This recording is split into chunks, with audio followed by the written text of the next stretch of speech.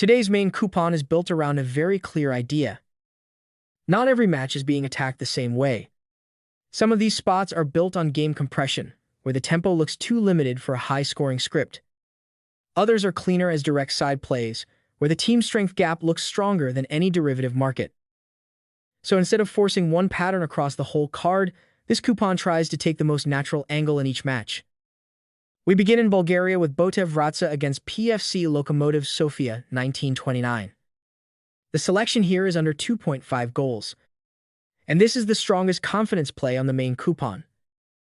The model gives Botev just 1.1 expected goals and Lokomotiv only 0.82.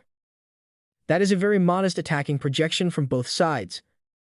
Over 2.5 lands at only 30%, which immediately tells you what kind of game this is expected to be. This is not a wide-open contest.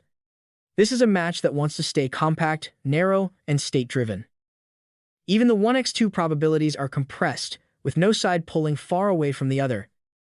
That matters because when no team is projected to impose a strong attacking identity, the under becomes much cleaner than trying to force a winner.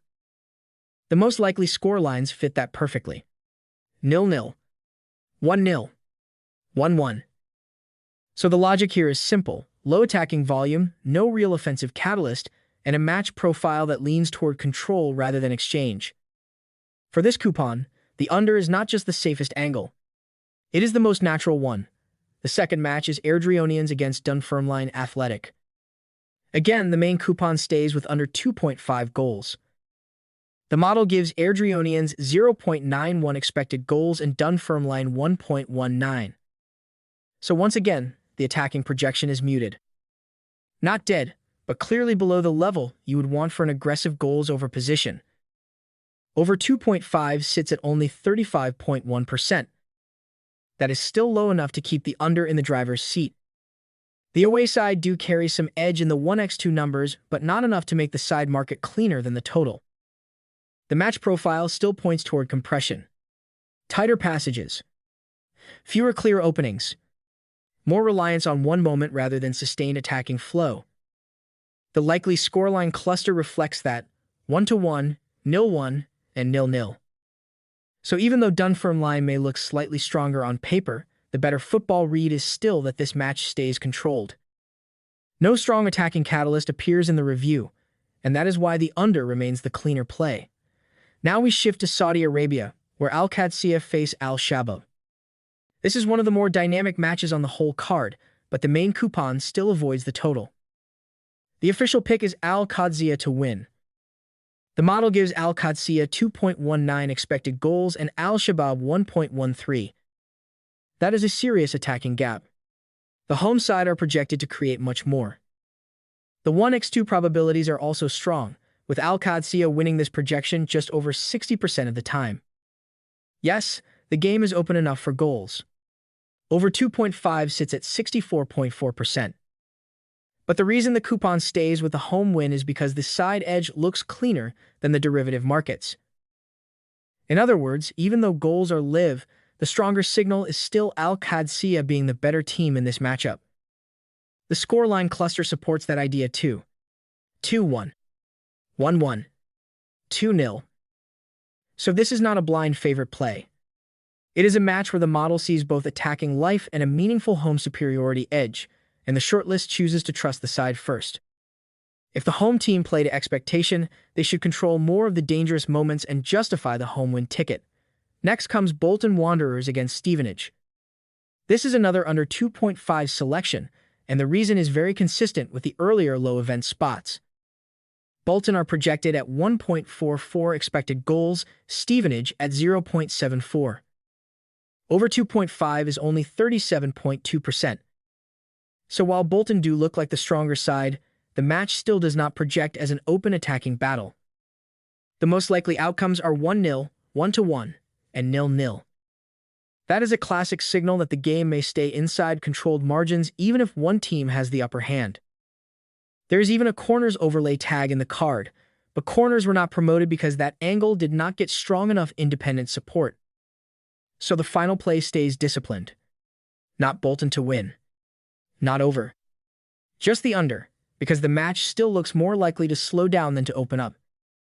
This is the kind of fixture where one goal may set the entire tone and where the game script can remain tight for long stretches. After that, we move to Wigan Athletic against Rotherham United. Here the coupon returns to a side play, with Wigan to win at home. The model gives Wigan 1.59 expected goals and Rotherham 0.89. That is a meaningful edge.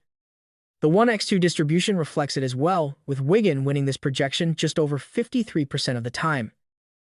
Over 2.5 is only 45%, so the totals market does not really offer a stronger case than the side.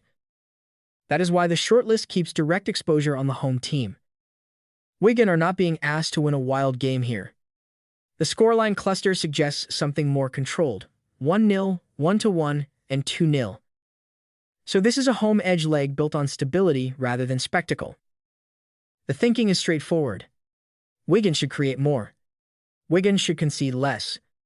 And Wigan have the cleaner route to turning that balance into a result. That makes the home win the stronger expression of the matchup. The final leg is Barrow against Oldham Athletic. This is the away win play on the card, with Oldham back directly. The model gives Barrow 0.95 expected goals and Oldham 1.62.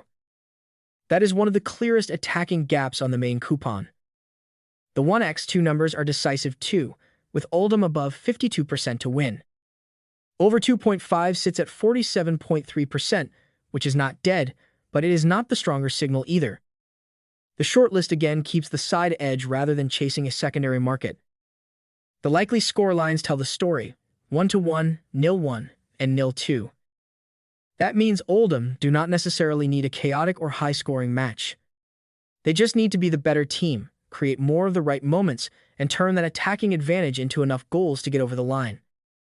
So this is not an entertainment leg. It is a price-on-quality leg. The model sees Oldham as the stronger side, and the main coupon is willing to take that away number directly. So when you step back and look at the full main coupon, the structure is actually very coherent. Botev Vratsa against Lokomotiv Sofia, Airdrieonians against Dunfermline, and Bolton against Stevenage are all underplays built on compressed game states and limited attacking triggers. All Qadsiah and Wigan are direct side positions where the team strength gap stayed cleaner than the derivatives. And Barrow against Oldham gives the card one away side angle supported by a strong model lean.